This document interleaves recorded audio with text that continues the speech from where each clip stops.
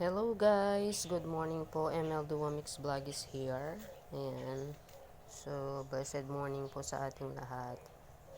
Ayan. So, actually nandito po tayo sa fish pond po natin dito sa ating bakuran.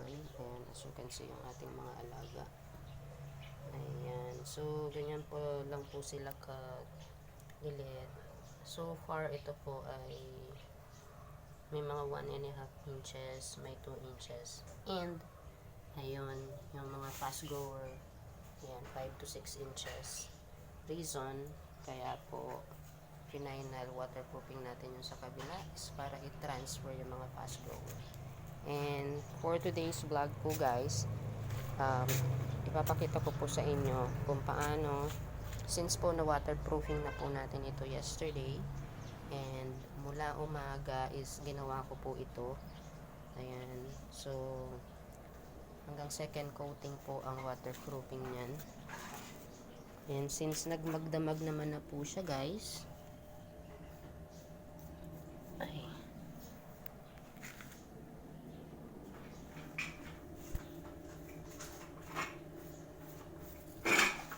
ayan, so iti-testing po natin siya ngayon sa ating pagta-transfer ng tubig, in which makakalibre po tayo ng manpower.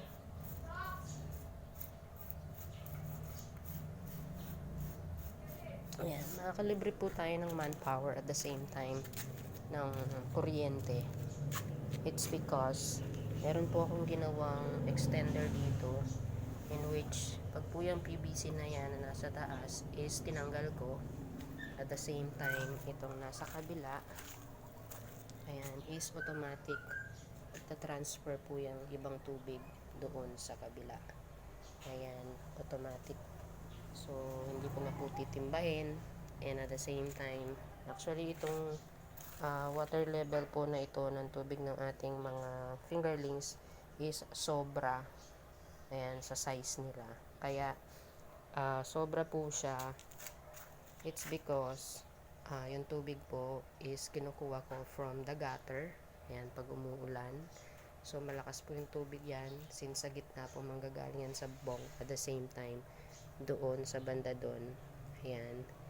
Konting gastos lang po yan ng PVC para makasave ng napakarami kapag umuulan.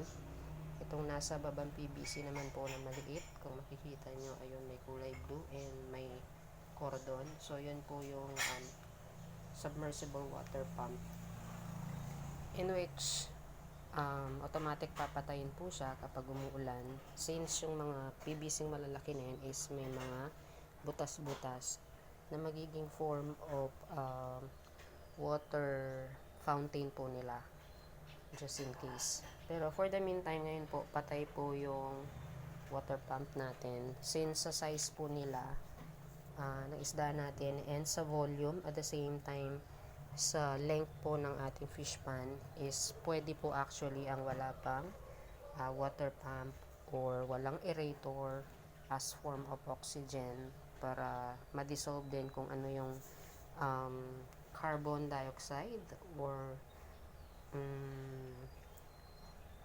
iodine or what form pa po na magkukos ng death nila or mortality ng ating mga fingerlings. So, yun po.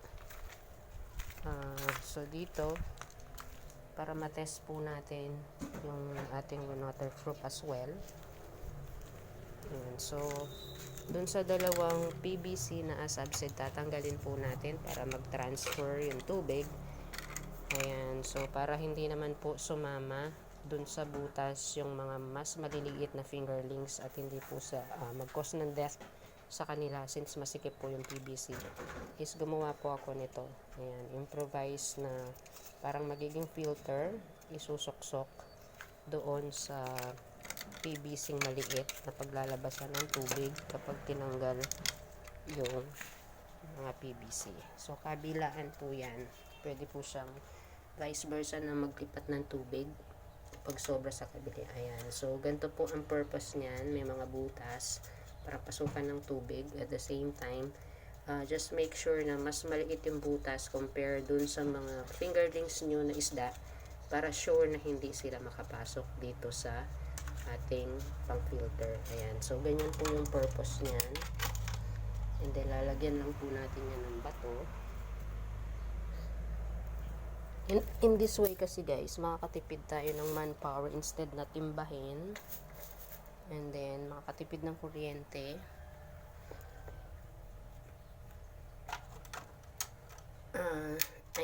Makakatipid ng tubig. Instead na kumuha pa ako ng bagong tubig dun sa kabila, ayan, is dito na lang. So far, since po dito ang paglalabasan ng tubig, so sa kabila po natin ilalagay ito. Kasi kung dito ko ilalagay ito, papasok din dun sa kabilang butas. So dun sa may parting pagkukuhanan natin ng tubig, dun natin ilalagay ito. So dito ko lang po siya pinapakita since mas visible po dito compare dun sa kabila since nakalubog po yun sa tubig na since may tubig. So ganyan po ang kalalabasan. At the same time, itong isa po same din po, may ganyan din po sa kabila. Ayan, so punta na ako sa kabila. Actually pwede naman po ako dito mismo. Ayan. So dito na lang po. Ayan, since may bato naman dito. Ay, sorry guys, natakpan. So, ayan guys. Medyo itatabi lang natin tong filter. May filter po kasi yan guys. And actually guys, ang tubig na ito ay magto 2 months na. Pero hindi pa po ako nagpapalit. Sobrang linaw, walang amoy. Ayan. It's because gawa ng mga filter na ginawa ko. Ayan. Malalaking filter. Ayan. So, itatabi lang natin sila muna. Ayan. So, ito yung isang PVC guys. At ito naman ang extension niya yun.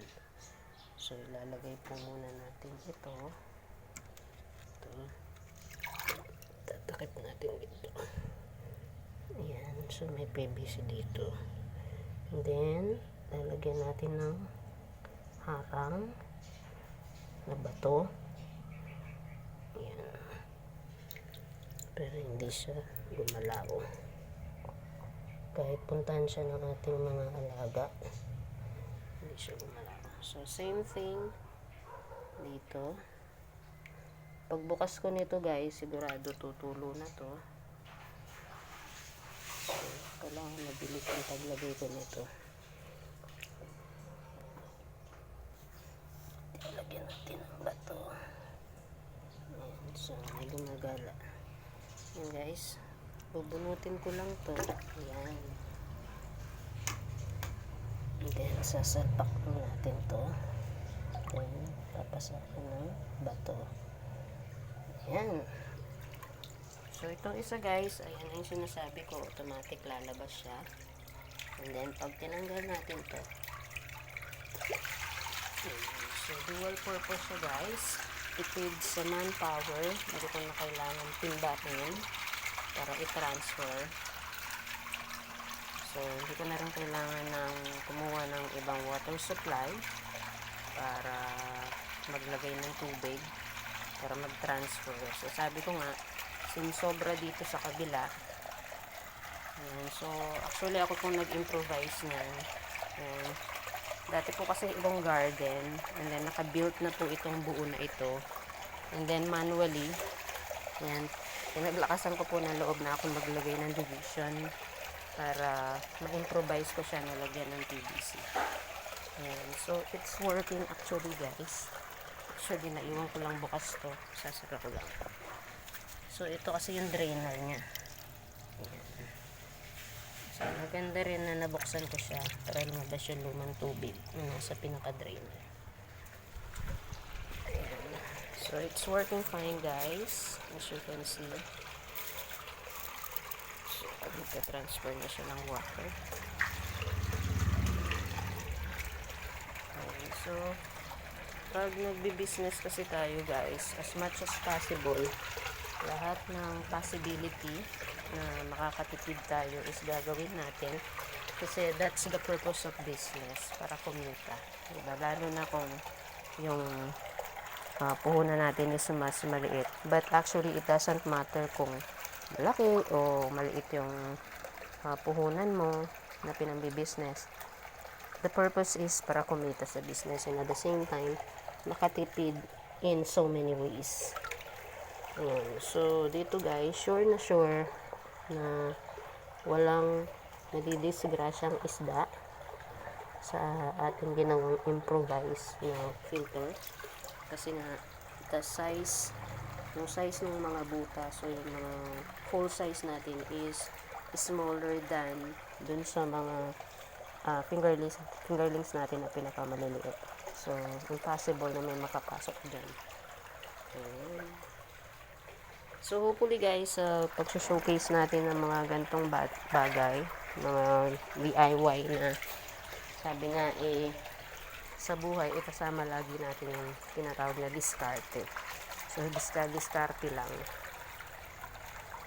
And yung actually, yung kinukuha kong mga tubig sa gutter is actually diskarte ko lang din po or naisip ko kaysa sa masayang na itatapon.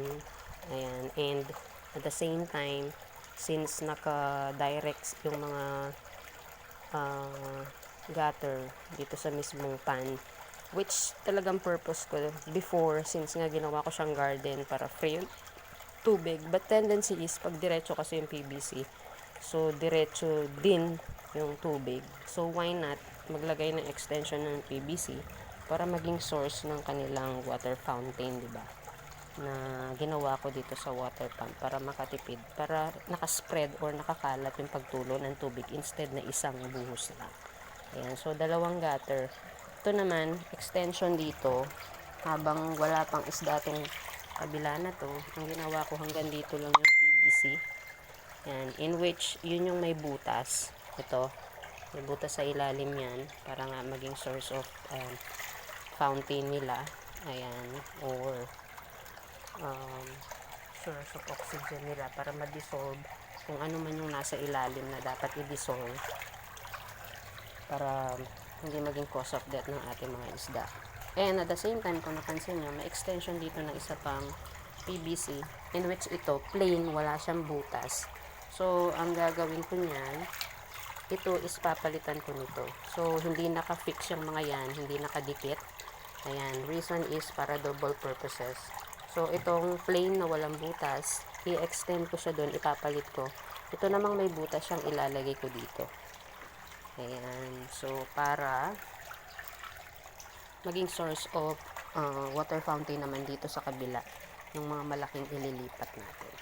Ayan, so yun yung mga DIY or improvise or diskarte na naisip ko dito sa water pan namin para kahit pa paano makatipid-tipid sa gastos.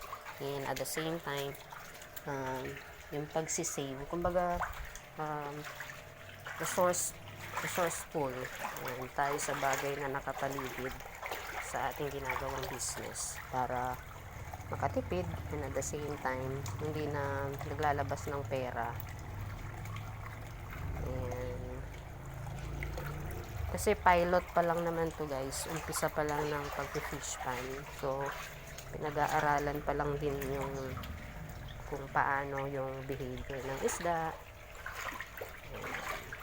So maya maya guys,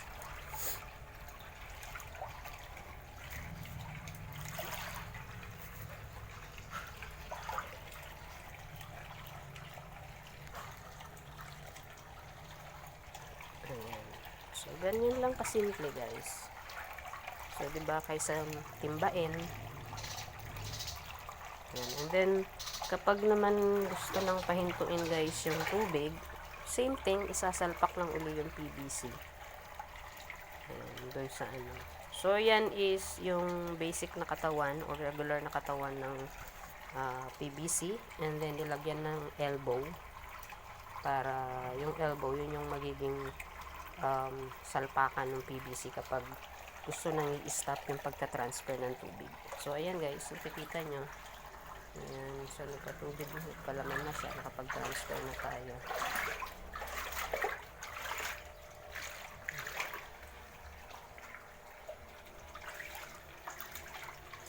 So ito, hahayaan lang natin siya. Hindi po natin agad-agad ita-transfer yung malalaki. Kasi nga po, kahapon lang ito na waterproofing. So hahayaan lang muna yung tubig. So lalagyan po pa yan ng asin and abono. Abono is para magkalumot. And then asin para pumatay ng bacteria. Yan, para hindi mapano yung ating mga isda. And then siguro hayaan lang natin at least 1 to 2 days na ganyan para mawala yung chemical. And then may ilalagay pa po akong siguro katawan ng saging dito and dahon ng saging kahit tigda 2 piraso lang na maliliit. Ayan, para pagkawala ng extra chemical. Ayan, so guys, ayan yung ating filter. Ayan, huwag niyong kakalimutan yan guys kung sakaling gusto niyong gayahin to para yung mga isda niyo hindi mamatay pag accidentally nakapasok sila, kasi yung tendency ng mga isda guys, so masama sila dyan sa flow of water. Yan, hilig po nila yan, yung flow of water, sinusubaybayan po nila or sinasabayan nila.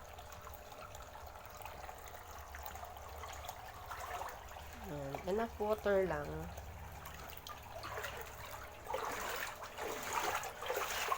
Yan, at least hanggang dito siguro. Kasi pag umulan naman guys, automatic yan. Sigurado automatic yan, magkakatubig na naman yan sa kabila. Na at the same time dito. Ayan, so nakatipid na tayo ng tubig. Transfer lang.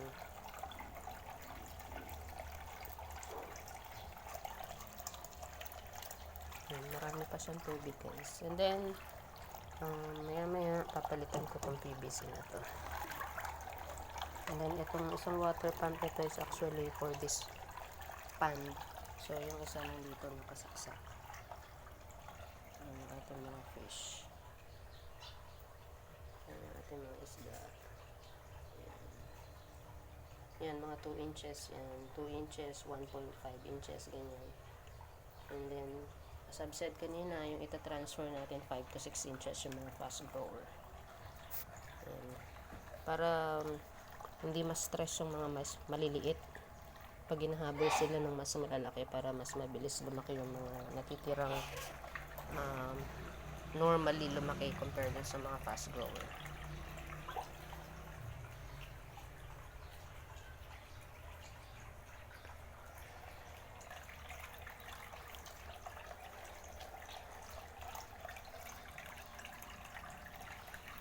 Ayan, so yan muna guys for the meantime, ang tubig na ating kailangan. Reason is para ma-check din natin kung ang ating waterproofing is totally approved na or wala na siyang, hindi na mawawala yung tubig. And eventually kung sakaling may mag-drain siya, meron tayong extra dito na gagamitin. Ayan. So kalahati lang ginamit ko kahapon and then sinilid ko lang siya uli para nga kung sakaling hindi ganun ka-successful itong waterproofing yesterday, may pandoble pa. Pero I guess magiging okay to kasi itong kabila almost 2 months na itong may tubig eh. Same process lang naman yung ginawa ko dun sa pag-waterproofing, Flexiband, cement, and then Sahara. And so eventually actually ito hindi ko siya nalagyan ng Sahara before, so ito, pero naging successful siya, no leakage, hindi nagdi-drain. And ito may sobra kasing Sahara kaya nilagay ko na rin din, so hopefully mas okay kasi nga may Sahara siya.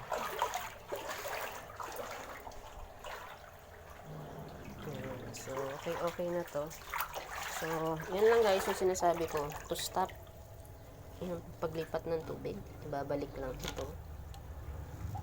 Ganyan lang kadali. And then, ganun din dun sa kabila. Ayan, so, tatanggalin lang natin to. Nakalagay dito. So, importante to guys. So, babalik lang natin yan.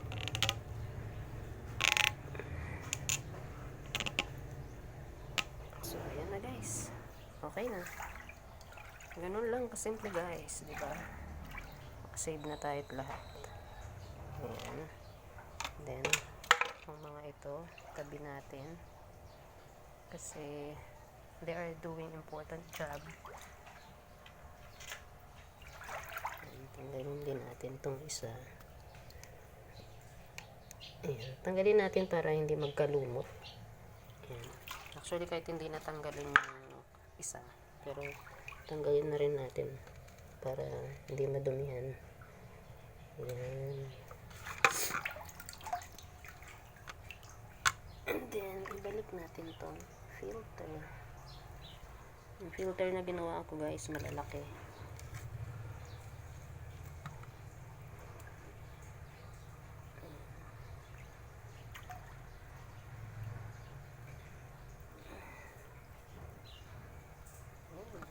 Okay na guys. Di ba? So, ito lang yung sagot dyan. Ayan. And then, itong mga to extender. Ayan. So, that's it for today, guys. Ayan. So, i-test lang natin yan kung successful siya. Ayan. So, please, ML Duo Mix Vlog, FB page, and at the same time, YouTube channel namin, same name. Once again, ML Duo Mix Vlog. Thank you and God bless po. Bye-bye.